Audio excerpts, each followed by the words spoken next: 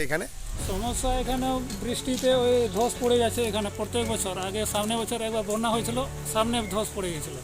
আমরা বলছি এখানে পাথর লাগালে ভালো হবে। হ্যাঁ, তো এখানে রাস্তায় সমস্যা হচ্ছে না, গাড়ি আসছে কিছু কিছু, ওগুলা যাওয়া তো হয় না। এখানে মানুষের জায়গা আছে, এখানে রাস্তা বন্ধ করছে, তাহলে বড় গাড়ি যাওয়া আসা করতে পারছে না। এটাই সমস্যা। হাটবাট মানুষের অসুবিধা হয়েছে বর্ষার সময়। কোন কোন এলাকার মানুষ এই রাস্তা দিয়ে যাতায়াত করে? এখানে আছে বেশিরভাগ সিসি আছে, সিসি অঞ্চলে, আর কিছুটা পড়বে এখানে উত্তর দিনাজপুর আর দক্ষিণ দিনাজপুর রাস্তা। এখানে তো কাছাকাছি বর্ডার আছে না, উত্তর দিনাজপুর দক্ষিণ দিনাজপুর এটাই আছে এখানে, আর নেই। তাহলে আপনারা কি চাচ্ছেন এখন? এখানে তাড়াতাড়ি রাস্তা হোক, মানে ভর্তি করো একটা। কি নাম আপনার? শিব হাসদা। ব্লকের কোথাও ভাঙা রাস্তা, আবার কোথাও রাস্তায় বড় বড় গর্ত, কোথাও বা আবার খানা খন্দে ভরা বিহাল। হরিরামপুর ব্লকের বহু গুরুত্বপূর্ণ রাস্তা। দরজায় কড়া নাড়ছে বিধানসভা নির্বাচন, এখনও বর্ষা সেভাবে নামেনি, তার আগেই বেহাল চিত্র ব্লকের বিভিন্ন এলাকার রাস্তার। কোথাও পিচ উঠে গেছে, কোথাও আবার রাস্তায় তৈরি হয়েছে বড় বড় গর্ত। সেই সব গর্তে বৃষ্টির জল জমে থাকায় বাড়ছে দুর্ঘটনার আশঙ্কা। রাস্তা সারানো কবে হবে তা নিয়ে সংশয় প্রকাশ করেছেন এলাকার বাসিন্দারা। তেমনই একটি চিত্র ধরা পড়ল হরিরামপুর ব্লকের শীর্ষী গ্রাম পঞ্চায়েতের অন্তর্গত বাগবাড়ি থেকে শান্তিপুর পর্যন্ত প্রায় 3.5 কিলোমিটার রাস্তার ধারে অবস্থিত একটি গ্রাম মোদাফত কোচপাড়া এলাকায় এমনই কঙ্কালসার চেহারা। পিচ উঠে গিয়ে তৈরি হয়েছে বড় বড় গর্ত, হেলে দুলে চলছে বাইক থেকে টোটো। যে কোনো সময় ঘটে যেতে পারে ভয়ঙ্কর দুর্ঘটনা। এই এলাকার সাধারণ মানুষের যাতায়াতের একমাত্র রাস্তার মধ্যে তৈরি হয়েছে বড় বড় গর্ত।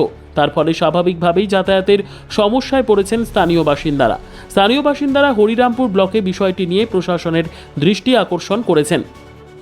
প্রশাসনের তরফে খুব শীঘ্রই এই রাস্তাটির গর্তগুলো মেরামতের ব্যবস্থা নেওয়া হবে বলে জানান হরিরামপুর ব্লকের বিডিও অত্রি চক্রবর্তী। রাস্তাটা খারাপ হয়ে আছে স্যার, সে খুব বিপজ্জনক অবস্থায় আছে স্যার। সে জায়গায় প্রশাসনের তরফ থেকে কি ব্যবস্থা নেওয়া হয়েছে স্যার? আমরা ওটা ইন্সপেকশন করার জন্য বলেছি আমাদের ইঞ্জিনিয়ারিং সেকশনে।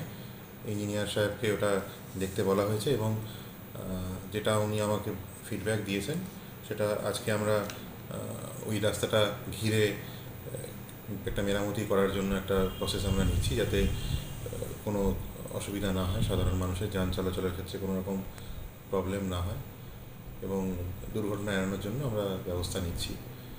তো আমরা ব্যাপারটা নিয়ে টেক আপ করেছি। শীর্ষী গ্রাম পঞ্চায়েতের প্রধান চন্দন সিং জানান, বিষয়টি তার নজরে এসেছে। আগামী কয়েকদিনের মধ্যেই সেই গর্তগুলি মেরামত করে দিয়ে সাধারণ মানুষদের যাতায়াতের যে সমস্যা হচ্ছিল সেই বিষয়টির জন্য গুরুত্ব সহকারে সমাধানের ব্যবস্থা করা হবে। একটা রাস্তার ধারে গর্ত হয়ে গেছে এবং সাধারণ মানুষদের পথ চলতে অসুবিধা হচ্ছে।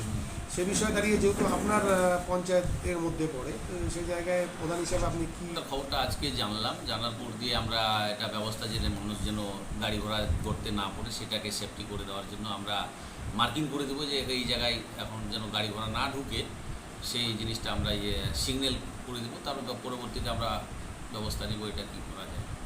মানে আগামী কতদিনের মধ্যে এই কাজটা সম্পন্ন হল আপনি মনে করছেন?